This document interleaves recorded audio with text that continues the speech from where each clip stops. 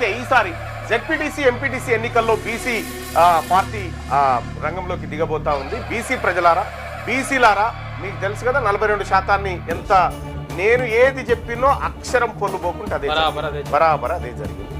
ఇప్పుడట 42% reservation GO ఇచ్చి ఎవడన్నా కోర్టుకు పోతారేమో అని అబ్జర్వ్ చేస్తారట. ఏడా ఆడ పురాణ పులిచి ఎవరైనా పోతుండా ఏం కథ అని చూడు.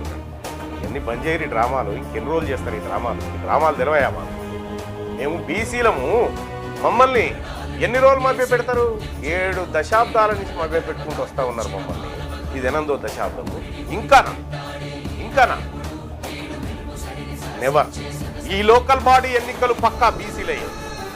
బీసీ బిడ్డలు ఎక్కడున్నా గెలిపించుకుంటాం. బీసీ బిల్ అంటే పార్టీల పరంగా చేస్తున్నాం. కాంగ్రెస్ పార్టీ నుంచి బీసీకి ఇచ్చింది కదా మల్లన్న అంటే నో, ఆయన గాంధీ భవన్లో మెంబర్ అవుతాడు తప్ప బీసీ భవన్లో మెంబర్ కాలేడు. మేము పక్కా బీసీనే పెడతాం. బీసీల ద్వారానే రాజకీయాన్ని తీసుకొస్తాం. బీసీ రాజకీయ పార్టీ ఈ లోకల్ బాడీ ఎన్నికల్లో దిగబోతా ఉంది. ఇది సత్యం. ఎన్నికల్లో దిగబోతా ఉంది. మొత్తం వ్యవస్థ తయారు. బీసీ ప్రజలారా తయారుగా ఉండండి. ఈ అగ్రవర్ణ నాటకాలన్నీ మనం ఎన్నికల ద్వారా చేసి పెట్టాలి.